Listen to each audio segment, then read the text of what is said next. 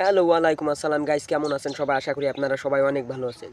তো আমি আজকে আপনাদের মাঝে খবর পড়তেছি জনাব মোহাম্মদ ডারবি মিয়ার পুত বেঞ্চন মিয়া। সময় সংবাদ সকাল 2টা। বলেন কি?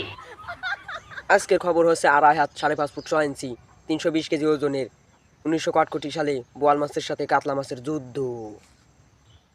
আমি এখন খবর শুরু করব, তার আগে যদি আপনারা চ্যানেলে নতুন হয়ে থাকেন তাহলে অবশ্যই নিজের ভাই মনে করে চ্যানেলটা সাবস্ক্রাইব করে দিন। নিঃসন্দেহে তুই ঠিক কথা বলেছিস।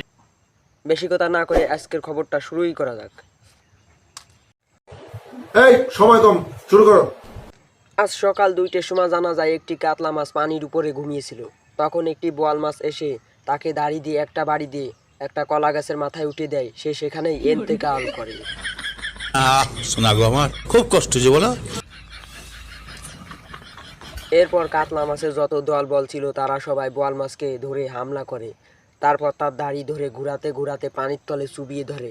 তারপরে তাকে পানি খাওয়াইয়ে পেট ফুলিয়ে 320 কেজি ওজন বানাইয়ে তাকে পানির উপরে উঠানো হয়, মাটিতে আনা হয়।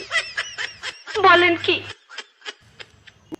আমাদের বেগুনের মামা শয়তানের নানা কদুর খালু কদবেল হায়দার সেখানে তাড়াতাড়ি চলে আসে। সে দেখতে পায় বোয়াল মাছটা পেট ফুলে 320 কেজি হয়ে সেখানে অজ্ঞান হয়ে রয়েছে। তখন সে কাতলা মাছদের কাছে জিজ্ঞেস করে, এর কেন এই অবস্থা? আহা শোনা গো, এর পেটটা ফুলে গুদমগার হয়ে গেছে, এর অনেক কষ্ট হচ্ছে, তোমরা আমাকে সব ঘটনা খুলে বলো, এর তো অনেক কষ্ট হচ্ছে। শোনা গো, আমার খুব কষ্ট যে বলো। তখনই ওরা সবাই বলতে থাকে, আমাদের একজন মাছ 1961 সালে পানির উপরে ঘুমিয়েছিল। ও তাকে এসে বিনা কারণে দাড়ি দিয়ে একটা বাড়ি দিয়ে কলা গাছের মাথায় উঠিয়ে দেয়, আর সে সেখানেই ইন্তেকাল করে। তারপর থেকেই ওকে আমরা এইভাবে অত্যাচার করতেছি। নিঃসন্দেহে তুই ঠিক কথা বলেছিস। তখনই বেগুনের মামা শয়তানের নানা কদুর খালু কদবেল হায়দার সেখান থেকে চলে যায়। আর কাতলা মাছগুলো ওকে ধরে মারতে থাকে। বোয়াল মাছটাকে এমনভাবে মার দেয় সারা জীবনের মতো সে দুনিয়া থেকে বিদায় নিয়ে চলে যায়। আর সেখানেই খবরটা শেষ হয়ে যায়।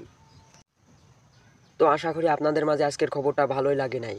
আর যদি ভালোই না লাগে তাহলে লাইক করে দিন, আর যদি ভালো লাগে তাহলে একটা সাবস্ক্রাইব করে দিন প্লিজ। নিঃসন্দেহে তুই ঠিক কথা বলেছিস।